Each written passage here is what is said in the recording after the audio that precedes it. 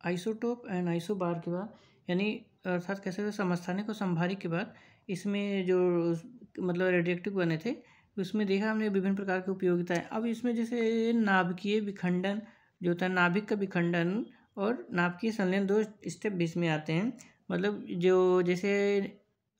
Radio active पदार्थ होते हैं, किरणों को निकालते हैं तो दूसरे तत्व में टूटते हैं। तो कुछ ऐसे न्यूट्रॉन्स की उपयोगिता के आधार पे जैसा किया गया है कि उसमें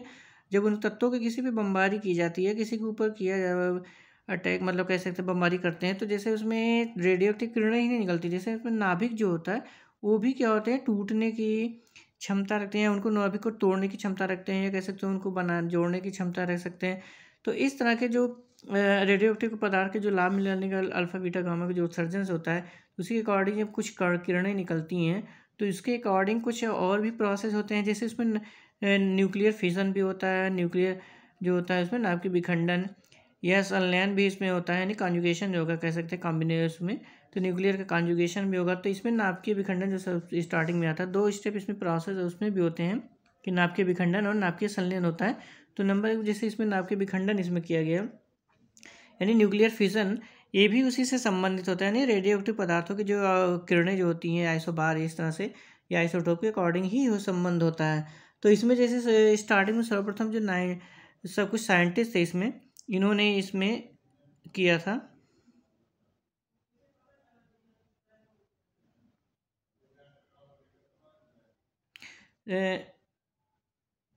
इसमें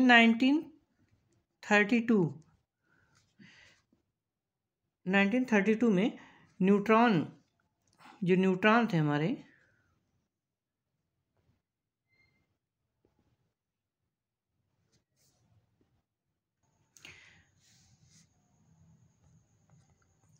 न्यूट्रॉन की खोज के अकॉर्डिंग, जब 1932 में न्यूट्रॉन की खोज हो गई, उसी के अकॉर्डिंग इसमें जो संबंधित था, इन्होंने इसमें जो साइंटिस्ट थे हमारे, क्या कहते हैं, स्ट्रैमन एंड अटोहन,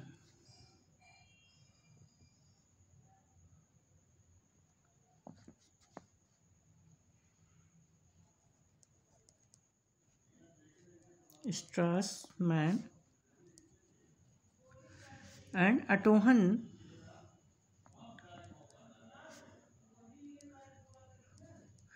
ये दो साइंटिस्ट थे। इन्होंने कृत्रिम अपघटन के लिए जो इसमें उपयोगिता थी, यानी जो कृत्रिम अपघटन किया गया था इसमें, ये न्यूट्रॉन जो थे, यानी इन्होंने देखा कि जो न्यूट्रॉन थे इनकी उपयोगिता के आधार पे इन्होंने सिद्ध किया, मतलब जैसे इन्होंने किया कि कुछ चीज़ें ऐसी होती हैं जिसमें लाभ इसको मिलता है, यानी इन्होंने न्यूट्रॉन को अधिक उपयोगी पाया। जो इन्होंने न्यूट्रॉन जो खोज किया, तो इन्होंने साइंटिस्ट ने खोजा कि जो जितने कण होते हैं, जैसे अल्फा बीटा गामा थे, प्रोटॉन थे उसमें, और अदर जो कण थे, इसमें जो न्यूट्रॉन थे इनकी उपयोगिता सबसे ज़्यादा मिली इनको, ये इनकी जो उपयोगिता थी बहुत ज़्यादा हुई, यानी काफ़ी उपयोगी हुए अन्य कणों की अपेक्षा, जिसमें हाइड्रोजन हो गया हमारा, प्रोटॉन हो गए, या अदर जो थे इसमें, उनके अकॉर्डिंग, जैसे अल्फ़ा हो गया, बीटा हो गया या गामा हो गया, तो इसके अकॉर्डिंग जो न्यूट्रॉन थे इनकी अपेक्षा इन्होंने उसमें काफ़ी चेंज दिया। तो इन्होंने देखा कि ये जो न्यूट्रॉन थे, ये यूरेनियम, हमारा जो यूरेनियम होता है अस्थायी कण होता है, चूँकि कह सकते हैं अस्थायी, क्योंकि इसमें क्या रेडियो एक्टिविटी बहुत ज़्यादा होती है। तो ये अस्थायी तत्व जो होते हैं, भारी जो होते हैं, इसमें न्यूट्रॉन को जब इन्होंने बमबारी की, तो इन्होंने देखा परिणाम स्वरूप, जो इसमें बमबारी करने के फलस्वरूप इन्होंने देखा कि जो यूरेनियम होता है, ये जैसे इसका वेट परमाणु क्रमांक 92 होता है, और वेट जो होगा 235 लगभग मान लेते हैं, ये दो समान भागों में, यानी ये जो होता है दो लगभग समान नाभिक में टूट जाता है। यानी दो यूरेनियम पे जब अटैक किया गया, न्यूट्रॉनों की बमबारी की गई, तो इन्होंने देखा कि ये दो यूरेनियम हमारा था, चूँकि अस्थायी होता है, तो अस्थायी होने के कारण ये दो समान नाभिक में टूट जाता है या दूसरे नाभिकों में टूट जाता है। तो इस क्रिया में कुछ द्रव्यमान जो होते हैं कुछ विलुप्त भी हो जाते हैं और न्यूट्रॉन जो होता है मुक्त होता है, यानी कह सकते हैं इसमें द्रव्यमान कुछ कम होंगे, द्रव्यमान जो हमारा होगा कम होगा, और न्यूट्रॉन की उत्पत्ति होगी या न्यूट्रॉन इसमें निकलेंगे, कह सकते हैं इसमें न्यूट्रॉन जो होते हैं निकलते हैं। यानी जब यूरेनियम पे अटैक किया जाएगा तो इसमें द्रव्यमानों की कमी, दो नाभिक में टूटेगा, उसके साथ साथ इसके द्रव्यमान में कुछ कमी भी होगी, जिसके फलस्वरूप न्यूट्रॉन हमारे बाहर होते हैं, निकलते हैं। तो जब ये न्यूट्रॉन इसमें न्यूट्रॉन उत्पन्न होते हैं और एक असीमित ऊर्जा, कह सकते हैं असीमित ऊर्जा, इतनी ज़्यादा एनर्जी निकलती है, असीमित यानी इसको कंट्रोल नहीं किया जा सकता है, असीमित ऊर्जा निकलती है, बहुत ज़्यादा अत्यधिक मात्रा में निकलता है।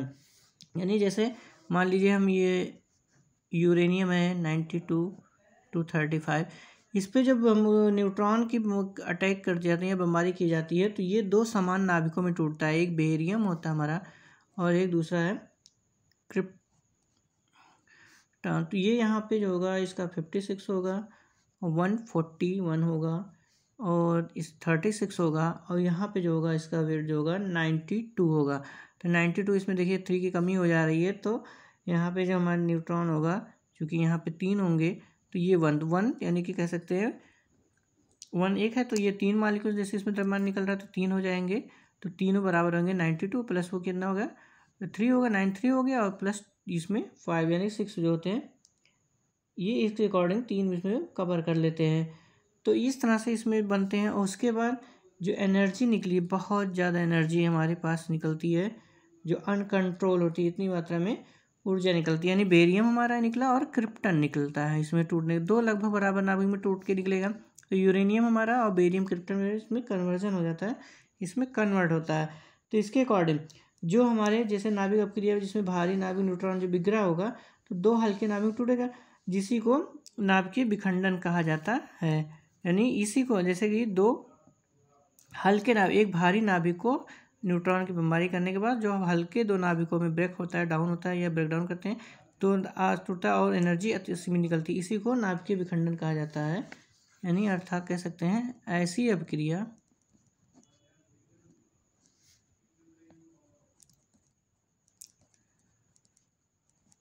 ऐसी अपक्रिया जिसमें भारी नाभिक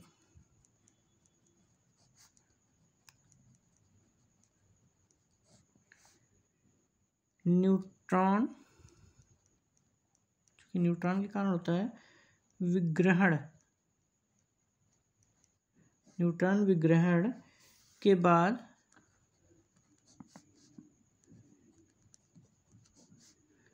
दो हल्के नाभिकों में टूट जाते हैं,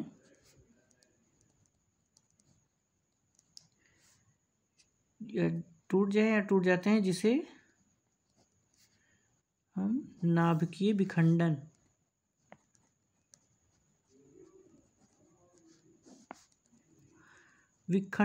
कहते हैं। यानी विखंडित हो रहा है, टूट रहा है, खंडन हो रहा है एक हिसाब से, चूंकि व्यवस्थित खंडन हो रहा है अनायास, तो इसी तरह से इसको व्यवस्थित होने का नाभिक विखंडन कहते हैं। यानी कि दो नाभिक का टूटना होता है, एक नाभिक का दो भागों में टूटना, और इसमें अपार एनर्जी निकलती, इतनी ज़्यादा एनर्जी निकलती है जिससे हम कुछ कह नहीं सकते। यानी कि नाभिकीय विखंडन इतनी तेजी, इसमें जो ऊर्जा निकलेगी वायुमंडल का ताप लगभग कह सकते हैं, जब ये विखंडन होगा तो लगभग कह सकते हैं इसके फलस्वरूप जो वायुमंडल का ताप होगा हमारा लगभग कितना कह सकते हैं करोड़ों डिग्री सेल्सियस बढ़ जाता है। यानी एक दो पॉइंट नहीं कह सकते हैं, करोड़ों डिग्री सेल्सियस, यानी कि इतनी ज़्यादा मात्रा में, यानी करोड़ों डिग्री सेल्सियस तापमान जो होता है उसका इंक्रीज हो जाता है इन्वायरमेंट का। यानी इतनी ज़्यादा एनर्जी निकलती है, इतनी गर्मी निकलती है, और ये कई मील तक कह सकते हैं, कई मील जो होते हैं वहाँ तक के वस्तुओं को झुलसा देंगे, एकदम पूरी तरह से जला देंगे, पूरी ख़त्म हो जाएगी, झुलस जाते हैं। यानी कि कई मील तक इतनी ज़्यादा टेम्परेचर, ज़्यादा एनर्जी नहीं लगी, झुलस जाते हैं। जैसे गर्मी हमारी होती है बहुत ज़्यादा 46-47 ज़्यादा इतनी गर्मी होती है, उसके फलस्वरूप सोचिए करोड़ों डिग्री सेल्सियस जब टेम्परेचर होगा तो क्या कंडीशन होती होगी। यानी वहाँ पे जितने भी चीज़ें, सारी चीज़ें पूरी तरह से झुलस जाती। क्या कारण है? क्योंकि ये अनियंत्रित होता है। जैसे हमारा यूरेनियम जो हमारा ये है, मान लीजिए जब ब्रेक होता है, ये यूरेनियम हमारा जब 92 है, ये जब ब्रेक डाउन होगा इसमें बेरियम और क्रिप्टन में हमारा जब टूटता है तो यहाँ से जो निकलती है इसमें एनर्जी, जो मतलब इस प्लस जो होगी 3 न्यूट्रॉन जो निकलेंगे हमारे, ठीक है। ये जो 3 न्यूट्रॉन निकलते हैं ये फिर 3, जैसे एक इसमें था, एक ही न्यूट्रॉन था हमारे पास, एक न्यूट्रॉन होने के कारण इसने क्या किया, इसको ब्रेक डाउन किया। तो जब ये 3 कण निकलेंगे तो ये 3 क्या करते हैं, एक से 3 अलग हो, जिसमें जैसे इसमें होंगे, कह सकते हैं जैसे ये एक हमारा हो गया, इसमें एक कण से ये जो इसमें 3 है, तो 3 होने के कारण जितने न्यूट्रॉन होंगे यहाँ पे, ये अगले 3 को तोड़ेंगे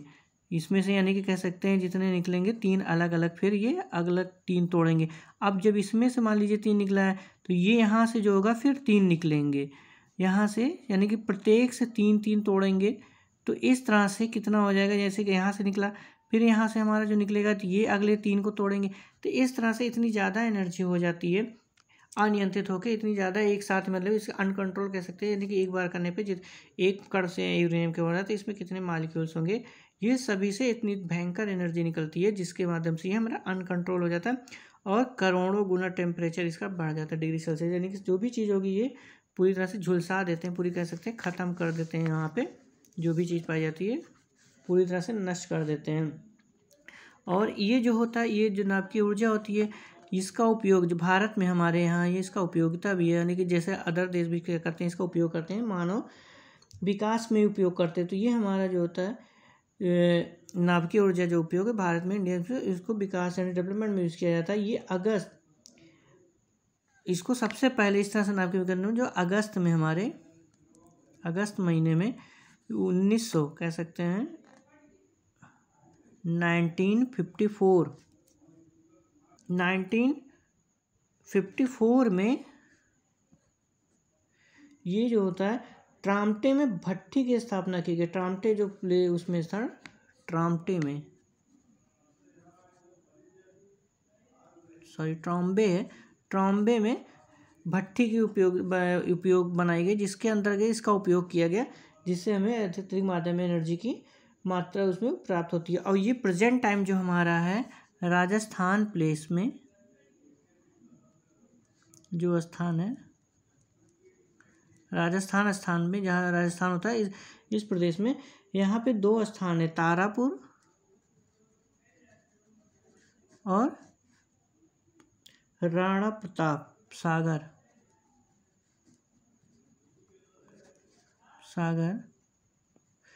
इन स्थानों पे इसका उपयोग जो होता है परमाणु शक्ति चला के बिजली घर बनाए जा रहे हैं। यानी कि राजस्थान में तारापुर और राणा प्रताप सागर जो होता है, इन 2 स्थानों पे परमाणु भट्टी जो होती है चलाई जा रही है, जिससे बिजली का उत्पादन किया जाए, यानी इसी के माध्यम से जो टरबाइन होता है, यानी कि उपयोग किया जाता है। तो सबसे पहले भारत में जो होता है 1554, यानी कि फिर 1954 में ट्राम्बे नामक प्लेस पे ये संयंत्र के माध्यम से अत्यधिक मात्रा में एनर्जी की उत्पन्न किए गए। तो ये जो होता है हमारे, इसमें नाभिकीय विखंडन जो होता है, यानी न्यूक्लियर फिजन जो होता है, 1932 में न्यूट्रॉन की जो माना गया कि न्यूट्रॉन की खोज की गई, जिसके अकॉर्डिंग बताया गया कि न्यूट्रॉन ही जितने अन्य कणों की अपेक्षा सबसे ज़्यादा उपयोगिता होती है। इनकी न्यूट्रॉनों को जो यूरेनियम जैसे 8 सही कणों पर बमबारी करके 2 भाग इनके हल्कों में तोड़ देते हैं, जिसे नाभिकीय विखंडन कहा जाता है। और इसमें अपार ऊर्जा निकलती है, जिसका उपयोग हम अलग अलग क्षेत्रों में अलग काम करते हैं। तो ये अपार ऊर्जा जो होती है, इसमें जो अपने बिजली उत्पादन में या अन्य मानव संसाधन इसमें कर सकते हैं। और ये जो यूरेनियम जो ब्रेक डाउन होता है, तो ये जो होता है अनकंट्रोल होता है, काफ़ी मात्रा में इसमें एनर्जी निकलती है। जैसे ये हमारा है रीजन है, क्योंकि जैसे एक कण हमारे होते हैं न्यूट्रॉन का जो होता है ये निकलता है, एक में क्या तोड़ते हैं, 3 को तोड़ते हैं। जब ये 3 को तोड़ते हैं तो इसमें से अगले से ये 3 को ब्रेक डाउन करते हैं। तो इस तरह से जब ये निकलेगा तो ये अगले को 3 इसमें से करेगा, और ये जो होंगे अगले 3 को करते हैं, और यहाँ पे ये अगले 3 को। तो इस तरह से और फिर जब ये निकलेंगे तो 3 इस तरह से काफ़ी श्रृंखला बनती चली जाती है, और इतनी तेज़ी से होती है कि ये सारे जो यूरेनियम मॉलिक्यूल्स होते हैं काफ़ी तेज़ मात्रा में एनर्जी इंक्रीज़ करते हैं। तो इसलिए करोड़ों डिग्री सेल्सियस, यानी कि इसके एरिया में, इसको कई मील तक का क्षेत्रों में सारी चीज़ें जो होती हैं झुलस जाती हैं। तो इसी को नाभिकीय विखंडन कहा जाता है।